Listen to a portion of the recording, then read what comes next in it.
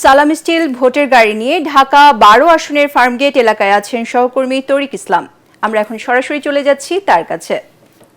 তরিক, রাজধানীর ব্যস্ততম এই এলাকা ফার্মগেট, এখানকার নির্বাচন নিয়ে মানে আগামী নির্বাচন নিয়ে এখানকার ভোটারদের কি অনুভূতি এবং তারা কি ভাবছেন সেটা আমাদেরকে জানান।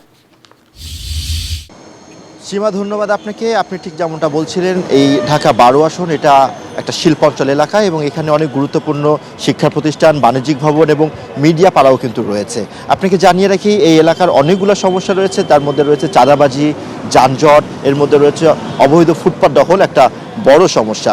এই এলাকাতে এর আগে বিএনপির থেকে মনোনয়ন দেওয়া হয়েছিল সাইফুল আলম নীরবকে এবং তিনি দীর্ঘদিন যাবৎ এই এলাকার নির্বাচনী প্রচারণা চালিয়ে আসেন। কিন্তু সম্প্রতি বিএনপি তাদের যে শরিক দল রয়েছে সেই শরিক দলকে যুগপৎ আন্দোলনের অংশ হিসেবে বিপ্লবী যে ওয়ার্কার্স পার্টি, সেই ওয়ার্কার্স পার্টিকে এই আসনটি ছেড়ে দিয়েছে।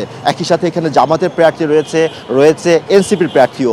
আমরা এখন এই এলাকার কয়েকজন ভোটারের সাথে একটু কথা বলবো, তাদের কাছে একটু জানতে চাইব যে আপনারা কেমন প্রার্থী চান। আগামী যে নির্বাচন আসছে সেই নির্বাচনে প্রার্থীর কাছে আপনাদের প্রত্যাশা কী থাকবে? আসসালামু আলাইকুম, আমি ফেরদৌস আহমেদ লিটন। আমি ঢাকা ১২ আসন তেজগাঁওয়ের ভোটার। আমি চাই এখানে যে আমাদের এলাকাটাকে চাঁদাবাজ, সন্ত্রাস এবং মাদক মুক্ত করতে পারবে ঢাকা ১২ আসনে এমন একজন প্রার্থী চাই।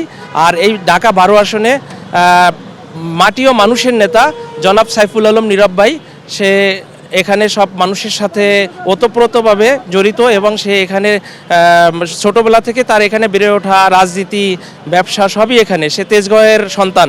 তা আমরা সাইফুল আলম নীরব ভাইকে এমপি হিসেবে দেখতে চাই। আর সে যদি এমপি হয় তাহলে এখানে মাদক ও সন্ত্রাস মুক্ত করতে পারবে। আপনারা জানেন এই যে তেজগাঁওটা, এটা মাদক ও সন্ত্রাসের কারখানা।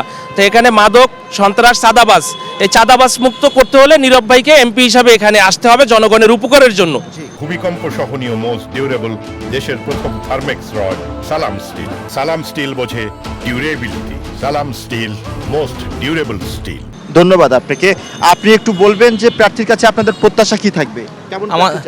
আমরা চাই সন্ত্রাস, চাঁদামুক্ত প্রার্থী চাই এবং ঢাকা ১২ আসনের নীরব ভাইকে আমরা মানে এমপি হিসাবে দেখতে চাই, এটাই আমার আশা।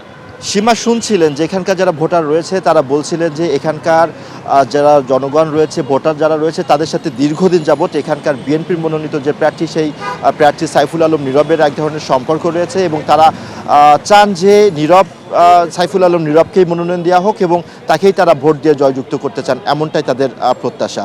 তো ফার্মগেট এলাকা থেকে এই ছিল আমার কাছে সবশেষ। সীমা।